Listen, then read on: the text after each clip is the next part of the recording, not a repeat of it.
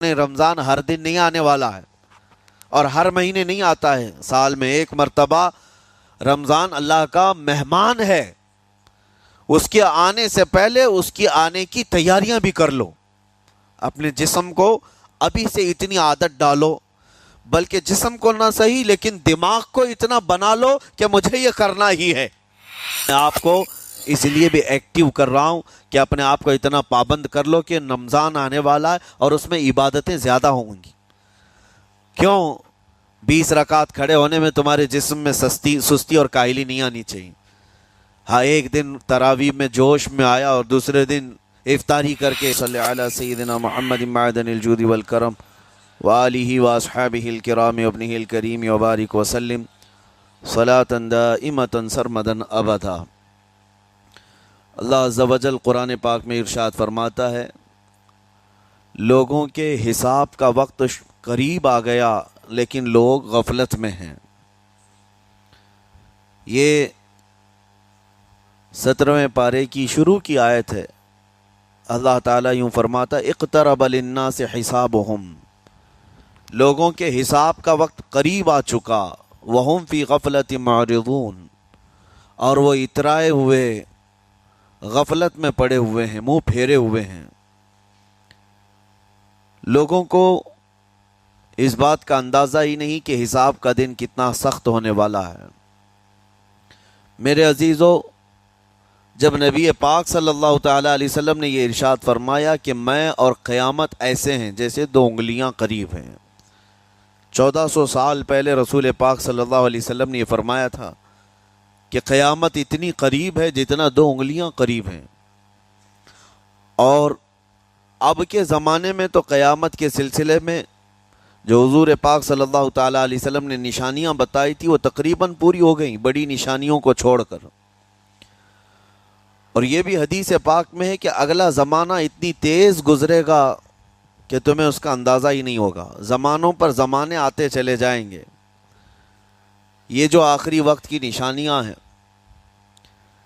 میں صرف مختصر سا ایک پیغام دوں گا۔ شعبان کا مہینہ ہے، یہ رسول پاک صلی اللہ تعالیٰ علیہ وسلم کا مہینہ ہے، اور رمضان کے بعد سب سے زیادہ حضور پاک صلی اللہ تعالیٰ علیہ وسلم کو روزے کی حالت میں کسی مہینے میں دیکھا گیا تو شعبان کا مہینہ فرمایا گیا۔ کبھی کبھار پورے شعبان کا مہینہ حضور صلی اللہ علیہ وسلم روزے سے رہتے اور یہ ارشاد فرماتے کہ یہ مہینہ ایسا ہے جس میں سارے لوگوں کے اعمال اللہ کے حضور جاتے ہیں، پیش کیے جاتے ہیں، اور میرے آقا فرماتے ہیں اس حال میں میرے اعمال پیش کیے جائیں اللہ کی بارگاہ میں کہ میں روزے کے عالم میں ہوں۔ جب میرے اعمال پیش کیے جائیں اللہ کی بارگاہ میں تو میں روزے کی حالت میں ہوں۔ تو یہ شعبان کا مہینہ جو اب رمضان المبارک کے قریب کر رہا ہے، لیکن بعض بزرگوں نے یہ بھی فرمایا شعبان میں موتیں بھی کثرت سے ہوتی ہیں۔ لوگوں کا یہاں پر حساب کتاب 15ویں شعبان کو جو اب شب برات آنے والی ہے لکھ دیا جاتا ہے، سال بھر میں کیا کیا ہونے والا ہے، کتنے لوگ جانے والے ہیں۔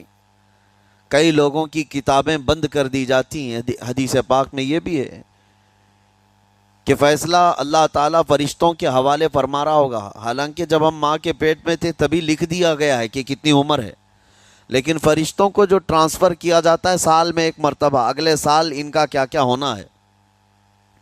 اور حدیث میں ہے کسی کے متعلق فرشتوں کو یہ کہا جا رہا ہوگا کہ فلاں 1 مہینے بعد، 2 مہینے بعد، 1.5 مہینے کے بعد اس کی فلاں وجہ سے موت آئے گی، لیکن وہ بندہ شادی کی تیاری کر رہا ہوگا، وہ بندہ جس کی موت کا آرڈر جاری ہو چکا ہے، فرشتے لے چکے ہیں، وہ اپنے کاروبار کے اور اپنے گھر بار کے بنانے میں مصروف ہوگا، اسے اندازہ تک نہیں ہوگا کہ شعبان کے اس مہینے میں اس کی موت کا پروانہ نکل چکا ہے۔ اسی لیے میں عرض کر رہا ہوں قرآن کی آیت اقترب للناس حسابہم وہم فی غفلت معرضون، اللہ فرماتا ہے لوگوں کا حساب بہت قریب آ چکا جبکہ وہ غفلت میں پڑے ہوئے ہیں۔ اب جس زمانے میں آپ زندگی گزار رہے ہیں یہ اتنی تیزی سے آپ کے اوپر سے گزر جائے گا کہ آپ کو احساس تک نہ ہوگا۔ بلکہ ایک حدیث کا مفہوم یہ بھی ہے کہ جوان بوڑھے نظر آنے لگیں گے اور بچے جوان نظر آنے لگیں گے۔ وہ دور آئے آج، بچے تو ہمارے جوان ہو ہی چکے ہیں، جو 6 سال کے بچے ہیں، 5 سال کے بچے ہیں، جن کو حقیقت میں بچہ کہا جاتا تھا، اب کے زمانے میں وہ بچے ہی نہیں رہ گئے۔ 8 سال کے بچے، وہ بچے ہی نہیں رہ گئے۔ ساری اسکولوں کے حالات ہمارے پاس آئے دن نئی نئی خبریں آتی ہیں۔ 3ری جماعت کا، 4تھی کلاس کا بچہ خطرناک قسم کے نشوں میں مبتلا ہے، جو بڑے بڑے جوان بھی نہیں کیا کرتے تھے۔ تو بچہ کہاں رہا؟ حضور پاک صلی اللہ تعالیٰ علیہ وسلم نے فرمایا تھا بچے جوان لگیں گے اور جوان بوڑھے۔ اور جوانوں کی حالت یہ ہے کہ سارے مزے اپنے بچپن میں اتنے کر لیے کہ جوانی میں طاقت ہی ختم ہو گئی۔ 25 سال کی عمر میں ایسے لگتے ہیں جیسے کہ بوڑھاپا آ گیا، کمزوریاں آ گئیں۔ 30 سال پہلے کے دور میں 40 سال کو بھی جوانی کہا جاتا تھا، اب کے دور میں 40 سال تو بڑھاپا ہو گیا۔ 30 سال کی عمر کے بعد آج کے نوجوانوں کے جواب دینے لگ جاتے ہیں۔ اس کی وجہ یہ ہے کہ بچپن میں اپنے آپ کو برباد کر لیا، بچپن میں اپنے آپ کو ختم کر لیا۔ تو جو بچپنا تھا اس کو جوانی میں بتا دیا، اور جو جوانی ہے وہ بڑھاپے میں۔ اور جو بوڑھے اصل بوڑھے ہیں، جن کو 60-70 سال کی عمر ملی ہوئی ہے، یہ اللہ تعالیٰ کی طرف سے ان کے لیے نعمت ہے۔ باقی قیامت کے قریب جو حالات ہیں وہ اس طرح کے ہیں۔ اور مزید میں آپ کو یہ بھی بتا دوں کہ زمانہ ترقی کرتے کرتے تمہیں ایسا سست اور کاہل بنا دے گا کہ تم کوئی کام کے لائق بھی نہیں رہ جائیں گے۔ بہت ساری چیزیں ہم سے رخصت ہو رہی ہیں، ہمیں اندازہ بھی نہیں۔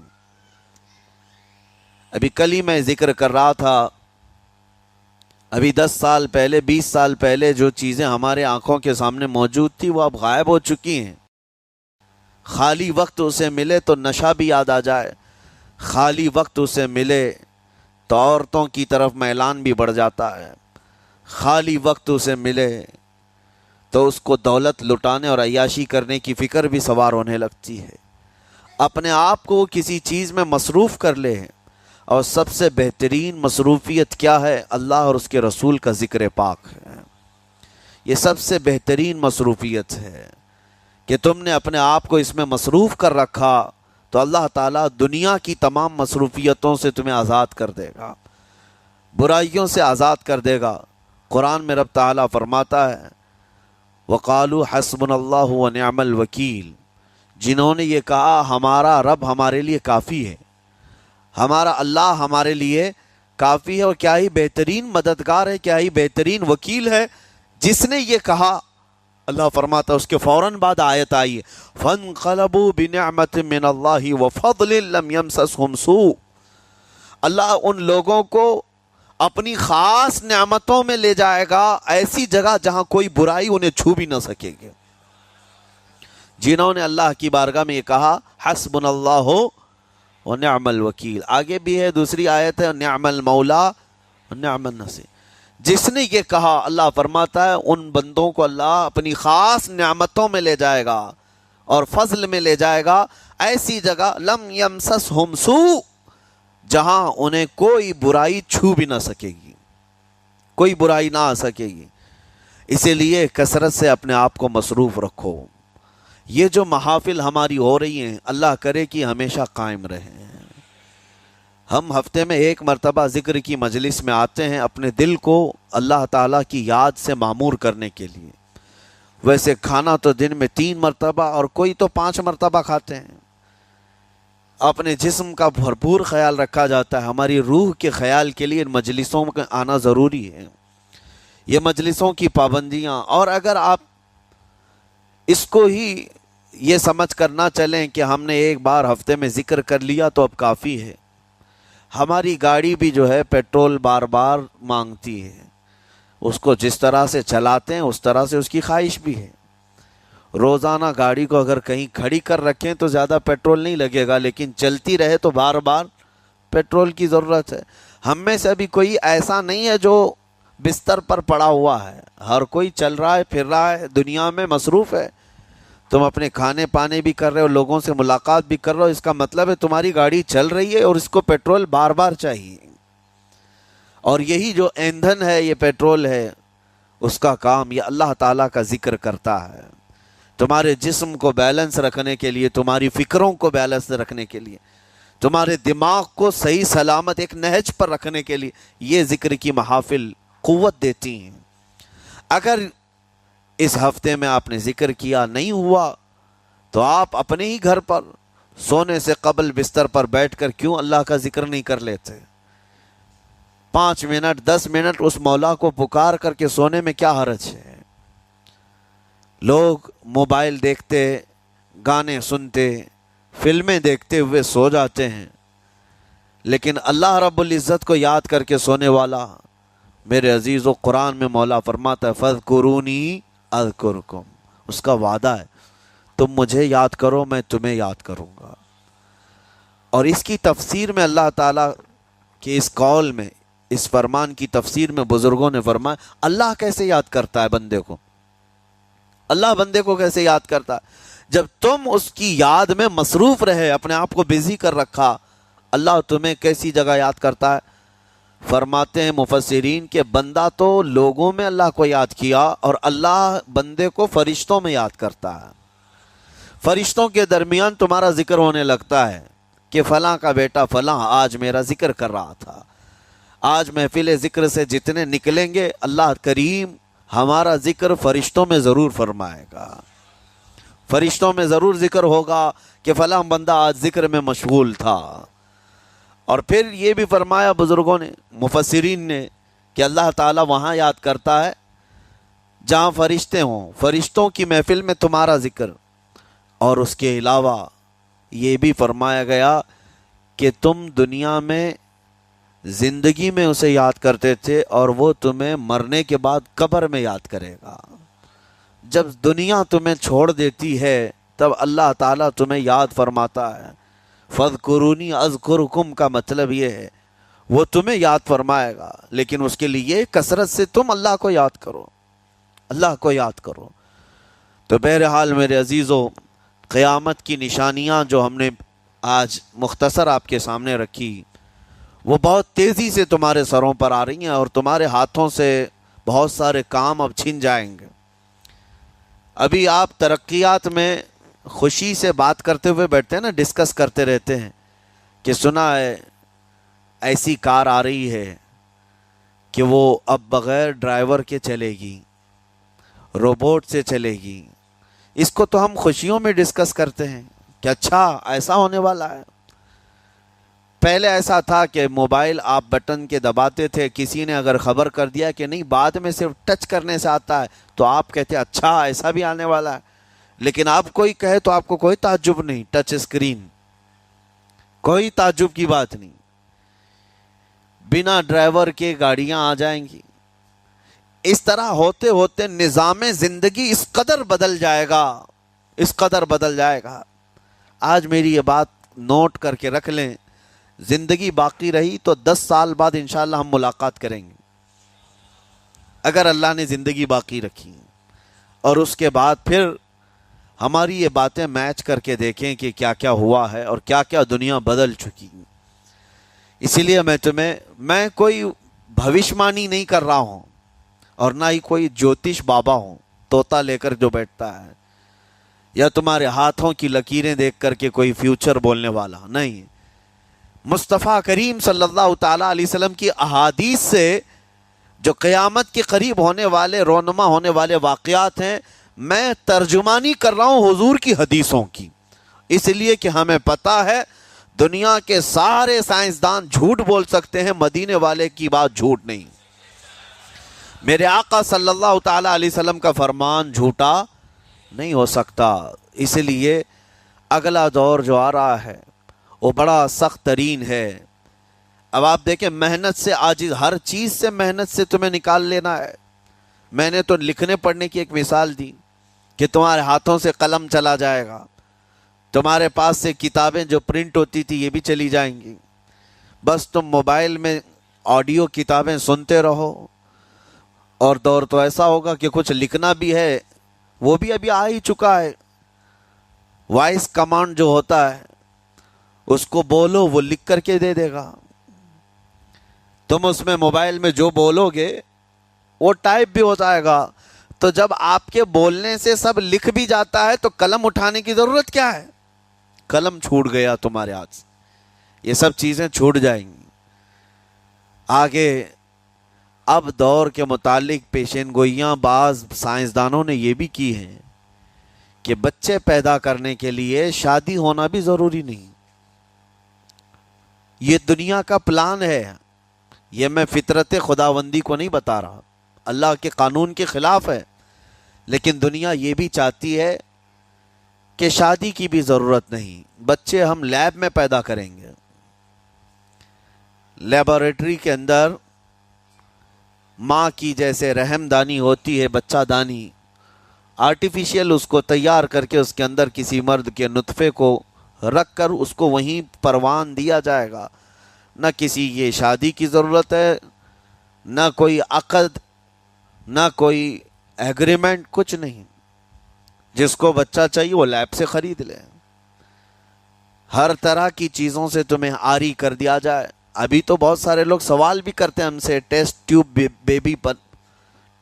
بیبی کے متعلق، جس کو بچے نہیں ہو رہے ہیں، کیا وہ اس طرح سے ٹیسٹ ٹیوب بیبی سے جو آج ایک طریقہ کار ہے بچے پیدا کر سکتے ہیں یا نہیں؟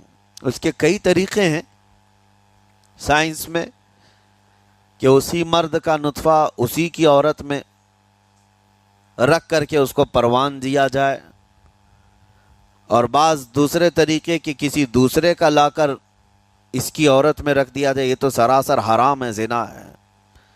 لیکن ائمہ اکرام، فقہاء اکرام نے حلال رشتے کے اندر ہی مرد اور عورت جو شادی شدہ ہیں ان کو بھی اس طریقے سے بچہ حاصل کرنے کی اجازت نہیں تھی، وہ ناجائز ہے، ناجائز ہے۔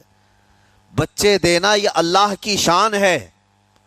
حضرت ابو ہریرہ رضی اللہ تعالیٰ عنہ حضور صلی اللہ علیہ وسلم کی بارگاہ میں حاضر ہوئے، عرض کرتے ہیں عرب والے لوگ عزل کرتے ہیں یا رسول اللہ، یعنی بچے نہ ہونا نہیں چاہیے کسی کو، تو پریکاشن لیتے تھے وہ لوگ، اس کا طریقہ کار ان کا الگ تھا عربوں کا، وہ انزال نہیں کرتے، اس سے پہلے جدا ہوتے۔ حضرت ابو ہریرہ رضی اللہ تعالیٰ عنہ نے حضور کی بارگاہ میں پوچھا کہ ایسا کیا کرنا کیسا ہے؟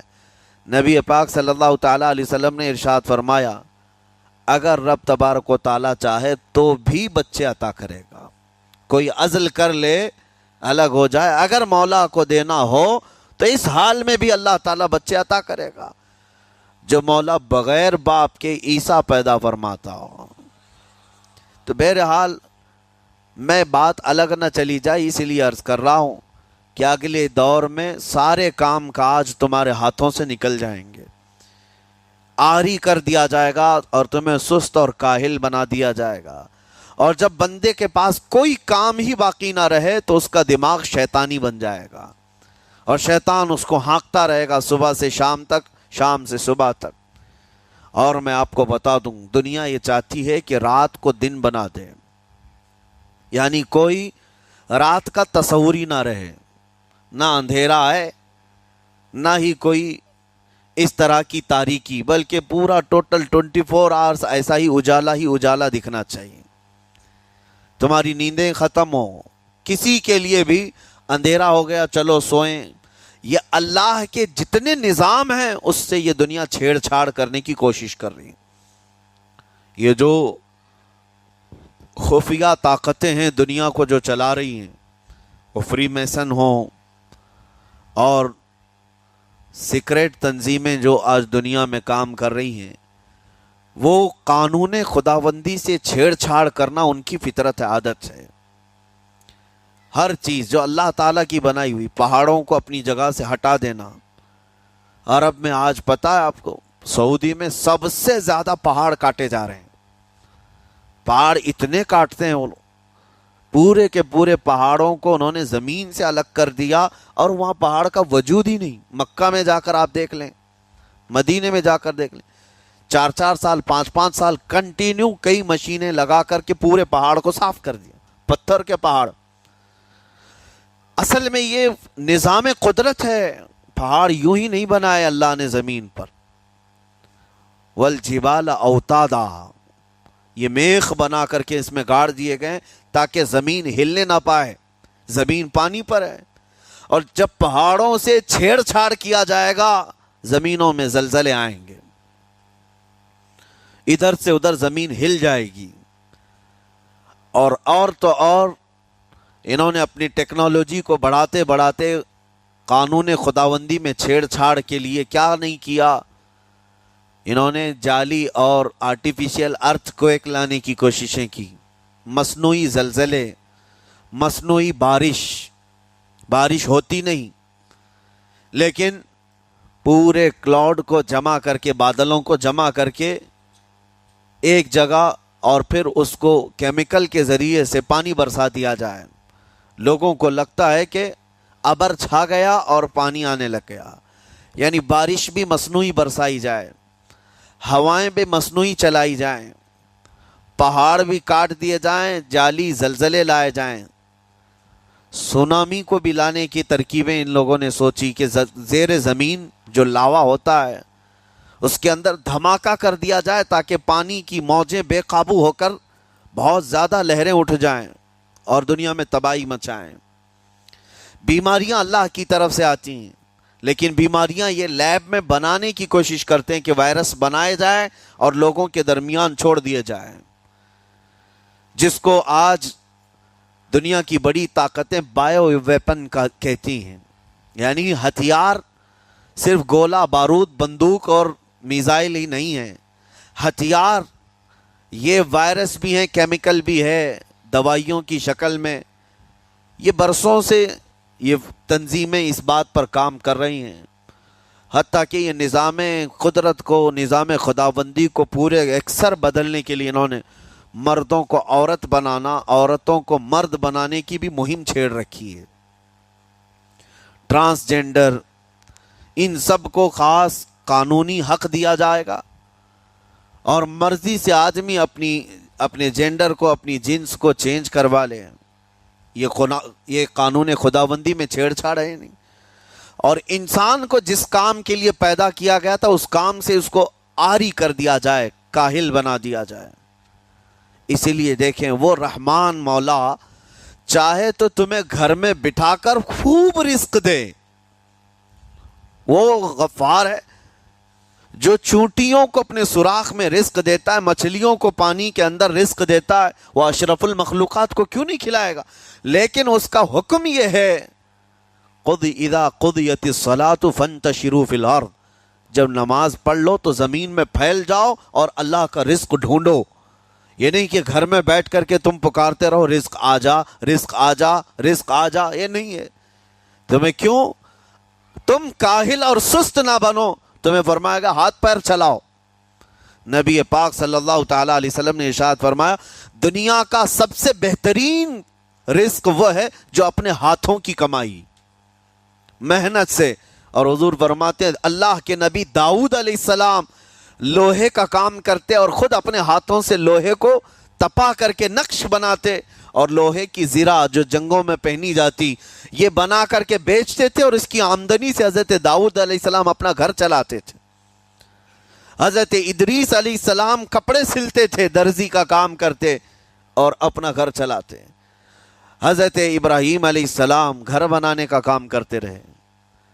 اسی لیے نبی پاک صلی اللہ تعالی علیہ وسلم نے فرمایا اللہ کے سارے نبی اپنے ہاتھوں کی کمائی کھایا کرتے تھے، کوئی گھر بیٹھ کر کے نہیں۔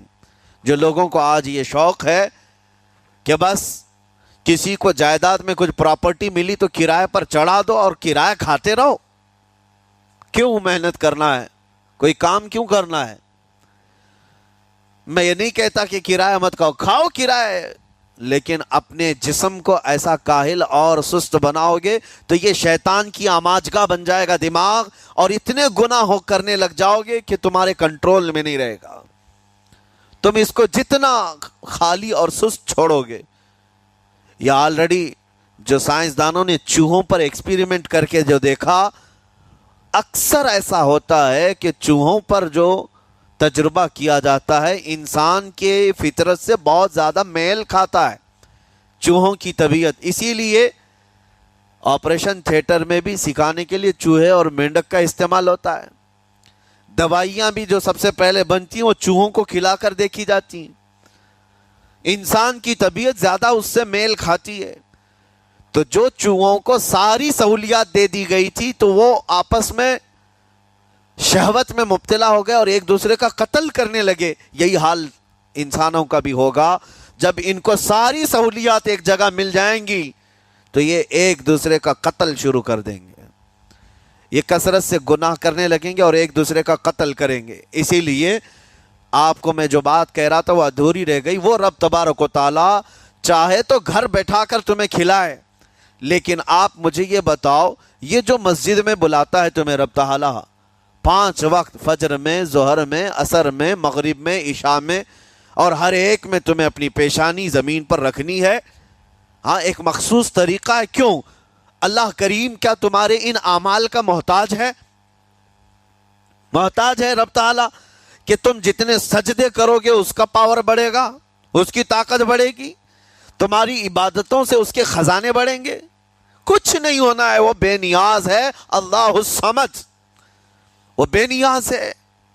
لیکن تمہیں یہ جو پریکٹس کرائی جاتی ہے وہ اسی لیے کہ تم سست اور کاہل نہ بنو. کسی گاڑی کو زیادہ دن گیریج میں رکھ دیا جائے, چاہے وہ نئی کیوں نہ ہو, زنگ لگ جاتا ہے اور اس کے بعد پھر اس کے اندر خرابیاں شروع ہو جاتی ہیں. انسان اپنے آپ کو اسی طرح کاہل رکھ دے, سست رکھ دے, تو پھر اس کے اندر بھی عجب عجب قسم کی بیماریاں, وہ گناہوں کی بیماریاں بھی شروع ہوتی ہیں اور جسمانی بیماریاں بھی شروع ہوتی ہیں. اسی لیے تمہیں 5 وقت یہ پریکٹس بھی کرائی جاتی ہے کہ نمازیں پڑھتے رہو, اپنے آپ کو بزی رکھو. تم بار بار پیشانی زمین پر جھکاؤ اور اٹھاؤ, جھکاؤ اٹھاؤ. یہ پریکٹس اسی لیے کرائی جاتی ہے کہ تمہارا جسم سست اور کاہل نہ رہے. اللہ کریم بندوں کی تمام مصالح اور ان تمام حاجتوں کو بہتر جانتا ہے کہ بندہ کس میں بہتر ترقی کر سکتا ہے. اسی لیے میرے عزیزو, اپنے آپ کو خالی مت چھوڑو, اپنے آپ کو خالی مت چھوڑو. اور وقت ہمارے پاس اتنا کم ہے کہ حساب دینے کے وقت ہمیں سب کو پتہ چل جائے گا قیامت کے دن. یہ بھی روایت میں ملتا ہے کہ بندہ یہ یاد کرے گا کہ میرے پاس اتنا وقت تھا, کاش میں کچھ نہ کرتا تسبیح لے کر بیٹھا ہوتا, کاش میں کچھ نہ کرتا دعائیں کر رہا ہوتا, تو اللہ تبارک و تعالیٰ اس کا بدلہ مجھے قیامت میں عطا کرتا. لیکن جنہوں نے اپنے اوقات کو یہاں پر خالی گنوا دیے, فضول میں برباد کیے, وہ بہت پچھتاوے میں ہوں گے, بہت پچھتاوے میں ہوں گے. جتنا وقت اپنے پاس باقی ہے اس کو مصروف کر دو, اس کو مصروف کر دو. اللہ کریم ہم سب کو گزرے ہوئے تمام برائیوں کے کفارہ ادا کرنے کی توفیق عطا فرمائے. رب تبارک و تعالی ہمیں سستی اور کاہلی سے محفوظ فرمائے. میں آپ کو اس لیے بھی ایکٹیو کر رہا ہوں کہ اپنے آپ کو اتنا پابند کر لو کہ رمضان آنے والا ہے اور اس میں عبادتیں زیادہ ہوں گی. کیوں؟ 20 رکعت کھڑے ہونے میں تمہارے جسم میں سستی اور کاہلی نہیں آنی چاہیے. ہاں, ایک دن تراویح میں جوش میں آیا اور دوسرے دن افطاری کر کے خراٹے لینے لگ گیا, کھا کر کے پورا سو گیا, اور اس کے بعد پھر پتہ چلا سیدھے شب قدر میں آیا ہے.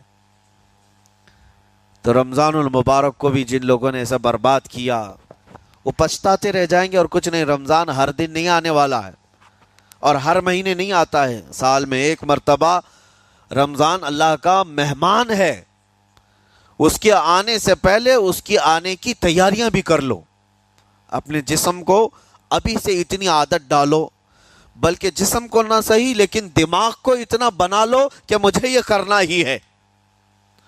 یہ رمضان آئے گا تو میں ختم قرآن ضرور کروں گا, یہ رمضان آئے گا تو تراویح کی 1 رکعت بھی میری مس نہیں ہوگی, یہ رمضان آئے گا تو پورا قرآن میں تراویح میں ضرور سنوں گا, یہ رمضان آئے گا پورے رمضان میں ہر دن میں نبی پاک صلی اللہ علیہ وسلم پر 100 بار درود ضرور پڑھوں گا.